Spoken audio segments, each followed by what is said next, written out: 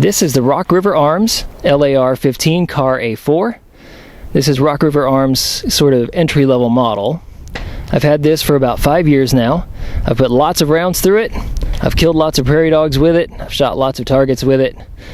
And it's still a very accurate and very reliable firearm overall this time. That's the short version. But let's take a look at the accuracy right now. Now, bear in mind that this has had thousands of rounds through that barrel. It's probably due for a barrel change sometime soon. The groups have been walking up on me just a little bit, but I think it's still going to turn out some pretty good results. Let's see what happens.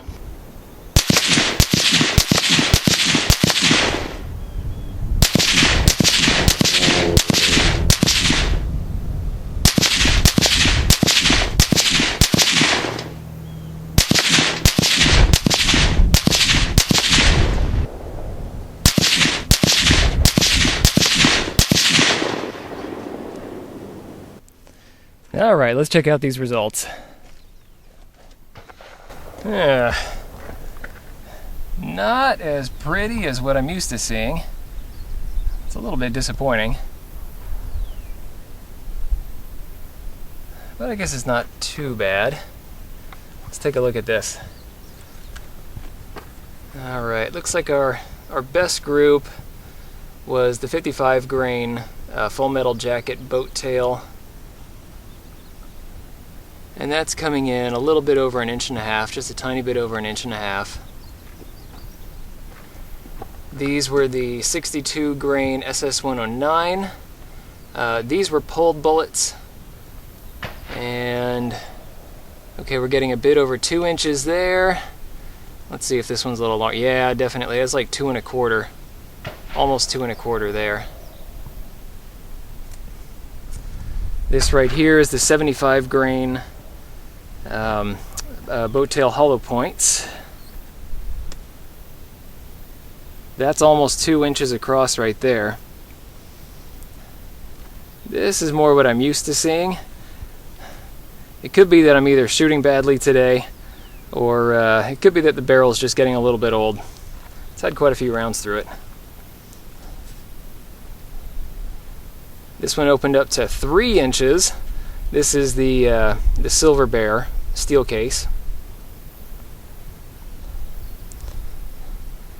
And this one's about 1 3/4.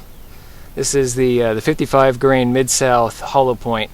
And all of these are hand loaded through here. All of this stuff. The steel case, of course, is not hand loaded, but everything else is my own hand loads. So take that for what it's worth.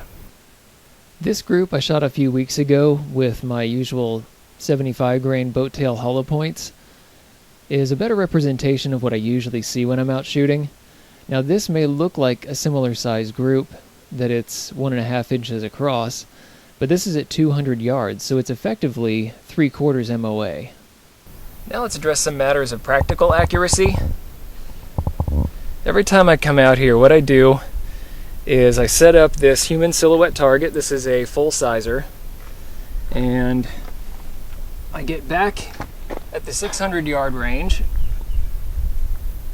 and take 5 shots at him. So we'll see how well I can do today.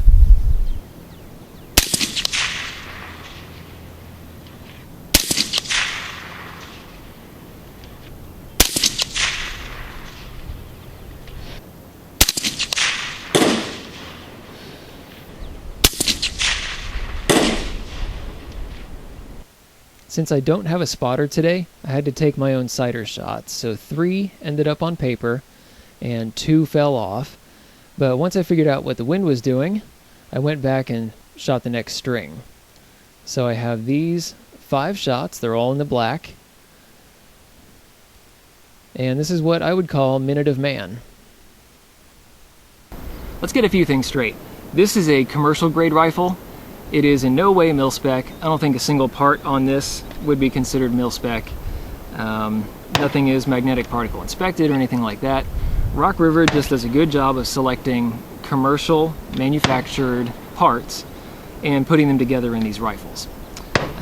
As such, okay, this is going to cost a bit more than a Smith & Wesson M&P or say a Delton or a Palmetto State Armory or ATI, those kinds of rifles. An M&P 15 you can get for about $650 now, I believe, and this comes in probably just a shade below $1,000. Now it's definitely not going to cost near as much as a mil spec sort of rifle like a BCM, or as much as a race gun like a JP Enterprises or anything like that. The competition for Rock River Arms has traditionally been DPMS, Bushmaster, Olympic Arms, maybe Stag. These guys all produce very good quality products at similar price points. Now, the reason why I bought a Rock River instead of all the others largely comes down to this right here. This trigger is one of the nicest triggers that I have ever felt on a semi-automatic rifle. It is a match two-stage trigger, and this comes pretty much standard on all of the rifles. Just to give you an idea of what a two-stage match trigger looks like, okay, there's a little freewheeling slack right here, and then you apply about 4.5 pounds of pressure in my case right here, and then very tiny over travel, really sharp snap. This is an excellent, excellent trigger. Not quite awesome for varminting. I use it for varminting, but it does a pretty good job. And some of the other things that make this really stand out to me, we have a stainless barrel up here that's generally, it's heavier than most of the other barrels that you find out there. It's a stainless with a 223 Wylde chamber, and you can see under the handguard that it's a pretty fat barrel under that handguard. It's a little bit thicker than your average pencil barrel out front, and this is what gives Rock River Arms rifles the accuracy that they've been showing up in the public eye. For those of you that are unfamiliar with the 223 Wylde chamber, what it is it is a match chamber that excels at handling heavier bullets. It'll handle the some of the smaller 55 grain full metal jacket bullets just fine, and like the 5.56 chamber, it'll also handle some of the different ogives, some of the longer bullets like the SS-109 and this 75 grain boat tail hollow point. Now the 223 Wylde has a kind of conical lead in there, and it has a longer throat so that it can handle these longer bullets very, very well. It also handles them with more accuracy than you would typically get out of a 5.56 chamber. When you combine that trigger and the barrel with the reliability of all the parts in here, then you end up with a really fine rifle. In this, I have had no failures to eject and no failures to ignite. I have had a couple failures to feed, and actually I believe the first occurred today. Earlier today I was doing a load workup with some 55 grain hollow point bullets, and it didn't like the magazine that I was using. So I swapped out this little DPMS right here for a PMag, and everything was fixed. It just didn't like the bullet seating that I had on those hand loads. Aside from that though, I have had no issues with this whatsoever. One of the unique facets of a Rock River Arms rifle is that the catalog has a lot of different parts that you can swap out right there in the shop when you order your rifle. Some of the upgrades that I did to this rifle over the standard Car A4 is I got the heavier stainless barrel, and I got this flip front sight. And that's pretty much it. I went with other kind of bog standard parts. I got the typical A2 grip on the back. I eventually put this Hogue on there. Wasn't too crazy about it. And right now I am using this Mako Fab Defense. It's a much more vertical grip. I like a very vertical grip since I do a lot of prone shooting. These things that lay back a whole bunch, they kind of get annoying on the wrist. They start to fatigue the wrist a lot. I also got just the basic hand grips up front